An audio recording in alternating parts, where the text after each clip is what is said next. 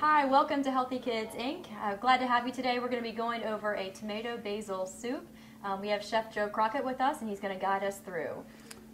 All right, so the first thing I've done is I've heated the soup pot on medium-high to high heat. You need that in order to saute, so you really want to make sure that the pan is hot, but you want to be very careful. We're using olive oil, and olive oil has a low smoke point, so you want to make sure that you don't put the oil in and then heat up the pan. Then you'll end up with smoke in your kitchen, and I've been there, and you don't want to do that. So I'm going to add a little bit of my oil to the pan. I like to use a squirt bottle, easy to control.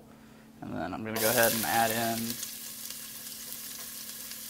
my onions and garlic.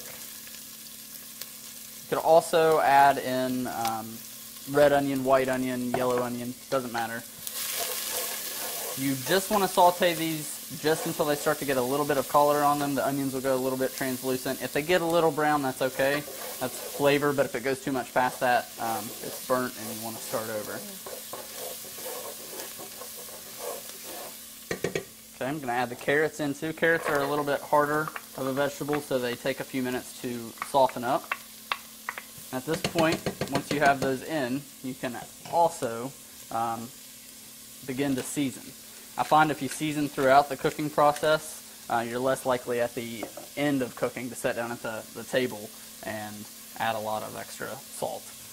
Okay, so at this point, our onions have went translucent. Our carrots are starting to soften a little bit, but they are holding their shape. This usually takes between 5 and 7 minutes total, but at this point we're ready to add in the next phase of our ingredients, and that typically consists first of chicken stock. You want enough to cover your vegetables. Then you also want to add in your canned tomatoes and any fresh tomatoes that you may have and all of their liquid to the mix. Stir that in. You want to season one more time. Some pepper, a little bit of salt. I'm going to add in a spoonful of tomato paste. What that will do is give this a deeper, darker red color and more intense tomato flavor. And we're going to use either dry or fresh basil here. Add that in. I'm going to give this a good stir to incorporate everything. Now what we're going to do is bring this to a boil. Once it comes to a boil, we're going to reduce it to a simmer and simmer it for 20 to 30 minutes, and then it's done. Okay, so now we're going to blend our soup in the food processor. You want to make sure that it's cooled really well before you close this lid on there and start to blend, otherwise it'll have a tendency to pop its top. So I'm going to keep a towel over the top just in case. I'm going to pulse this until smooth. Give it a check.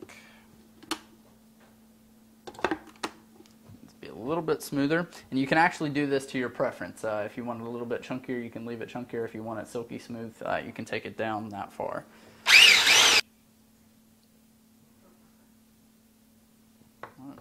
Interesting little bowl.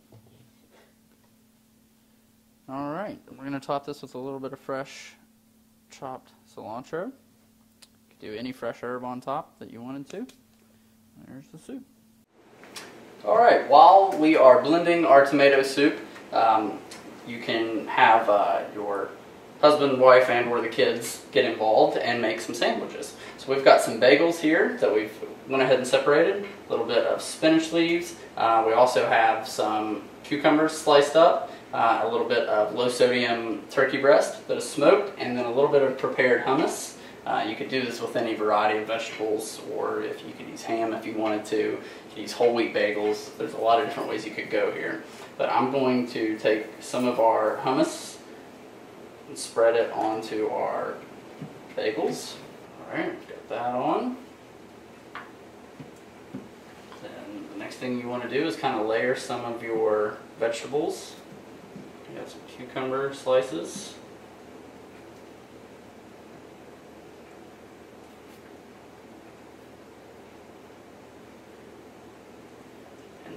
Top it with our spinach.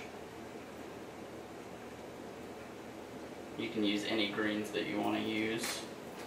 Okay, so now we're ready to top our sandwiches off. Put that on top. This one I have a little bit upside down. You can flip it over just like that. Make sure everything's still on there. And then these are good to go.